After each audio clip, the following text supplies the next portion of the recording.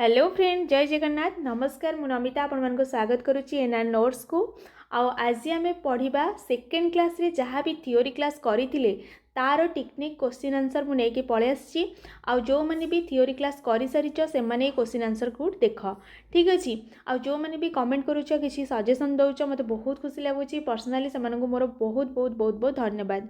चलो डेरी नक आम क्लासटा स्टार्ट करवा। 66 नंबर क्वेश्चन तुम देख कौन रहा। फास्ट ना श्री जगन्नाथ संस्कृत विश्वविद्यालय प्रतिष्ठा केबे होइथिला। ताले श्री जगन्नाथ संस्कृत ना 1981 तापर नेक्स्ट देखिबा ओडिसा रे केते प्रकार संस्कृत शिक्षा वर्तमान दिया जाउची। ताले केते प्रकार शिक्षा दिया जाउची, दुई प्रकार तुम जानिचो। तापर नेक्स्ट देखिबा 68 नंबर कौन रहा ना ओडिसा रे 2010 मसीहारू केउं स्तर पिलामानकु संस्कृत शिक्षा नूतन भावे प्रचलन करा जायछि। केउं स्तर ना प्राथमिक स्तर। ठीक अच्छे। नेक्स्ट देखिबा ना केबे सदाशिव केंद्रीय संस्कृत विद्यापीठ रे राष्ट्रीय संस्कृत संस्थान आनुकूल्य रे शिक्षाशास्त्री बा बीएड शुभारंभ होइथिला। केबे होइथिला? 1980 रे। 1980 आ 1981 दीटाग रिलेट करिवो आ मन रखिवो, कारण ना नहले कन्फ्यूज हो जिवो। 1980 रे कोन होइथिला ना प्रथमे सदाशिव को बीएड आस्थिला, तापरे गोटे वर्ष परे जगन्नाथ विश्वविद्यालय प्रतिष्ठा होइथिला। ठीक अछि। तापरे नेक्स्ट देखिबा। चलो नेक्स्ट कौन रहा ना जगन्नाथ संस्कृत विश्वविद्यालय रे केबे बीएड आरंभ होइथिला ना केबे हिथिला ना 2012 रे। ठीक अच्छे। 2012 रे जगन्नाथ यूनिवर्सिटी को बीएड आसला, किंतु सदाशिव को बहु पूर्वर 1980 मसीह बीएड आसला। ठीक अच्छे। रिलेट करके मन रखिबो। तापरे देख 71 नंबर कौन रहा ना ओडिशा सरकार केउं मसीहारू प्राथमिक शिक्षक माननकु संस्कृत विषय रे प्रशिक्षण निमंते पाठ्यक्रम रखिछंती। केबेठु रखिले ना 2013 ठारू। ठीक अच्छे। तापरे अब आम नेक्स्ट देखिबा ना 72 नंबरटा देख ओडिशा सरकार काहा द्वारा प्रत्येक शिक्षण केन्द्र रे प्राथमिक शिक्षक माननकु संस्कृत विषय रे प्रशिक्षण निमंते पाठ्यक्रम करिसंती। ठीक अच्छे। लेंदी क्वेश्चन भी मुझे आणुची, कारण आम टिके अभ्यास रहिबा दरकार। ठीक अच्छे। कौन कहा द्वारा ना माध्यमिक शिक्षा परिषद द्वारा। ठीक अच्छे। माध्यमिक शिक्षा परिषद द्वारा।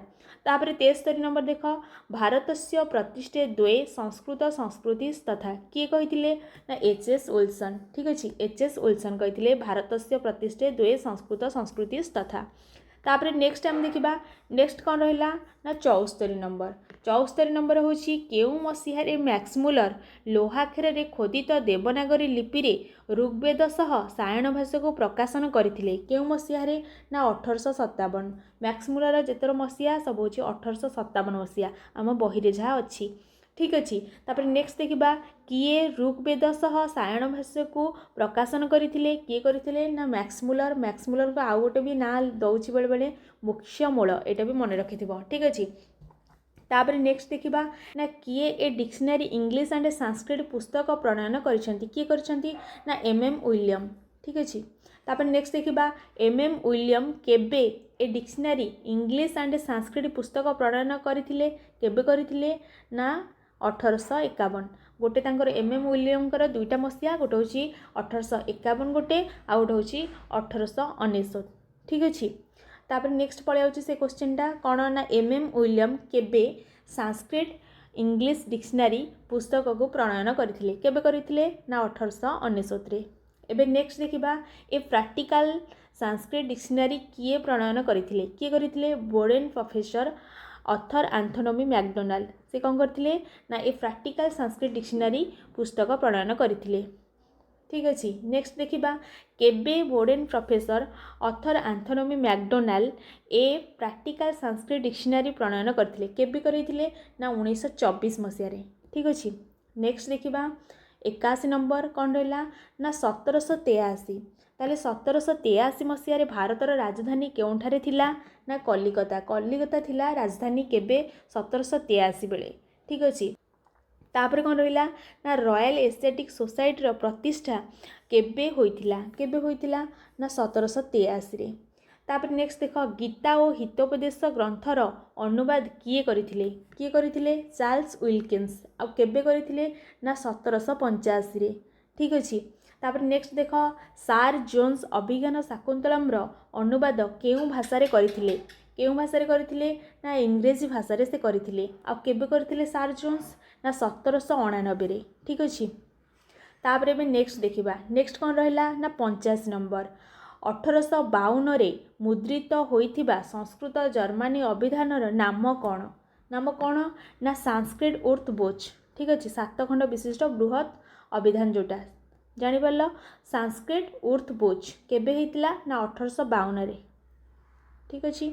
नेक्स्ट एबे देखिबा 1791 मसीह किए अभिज्ञान शाकुंतलम को जर्मनी भाषा रे अनुवाद करथिले किए करथिले जॉर्ज फास्टन ठीक अच्छे जॉर्ज फास्टन करथिले। केबे प्यारिस विश्वविद्यालय रे संस्कृत विभाग खोलिथिला केबे खोलिथिला ना 1814 तो माने केबे भूलिबनी ना केबे प्यारिस विश्वविद्यालय रे संस्कृत विभाग खोलिथिला केबे 1814 रे। चलो एबे नेक्स्ट देखिबा नेक्स्ट कौन रहिला ना केबे फिनलैंड हेलेंसी विश्वविद्यालय रे संस्कृत विभाग खोलिथिला ताले केबे फिनलैंड हेलेंसी विश्वविद्यालय रे संस्कृत विभाग खोलिथिला केबे खोलिथिला ना 1835 रे ठीक अच्छे। एबे चलो नेक्स्ट देखिबा नेक्स्ट कौन रहिला ना केबे हंगेरी देशर लिंडन विश्वविद्यालय रे संस्कृत विभाग खोलिथिला केबे 1750 रे ठीक अच्छे। सेकेंड क्लास रे एतिकी क्वेश्चन हे पारला मु नहीं आसली तो एमती आमे कौन करबा ना प्रत्येक दिन मु दुईटा क्लास पकेया पई ट्राई करबी जोटा रहउची गोटे थियोरी क्लास आ गोटे होची क्वेश्चन आंसर ठीक अच्छे। जो माने को भी क्लास भल लागुची निहाती गोटे गोटे लाइक करके जाओ कमेंट करके जाओ जहाँ द्वारा कि मते मोटिवेट लगे कि आ गोटे क्लास आने ठीक अच्छे। रहउची बहुत बहुत धन्यवाद।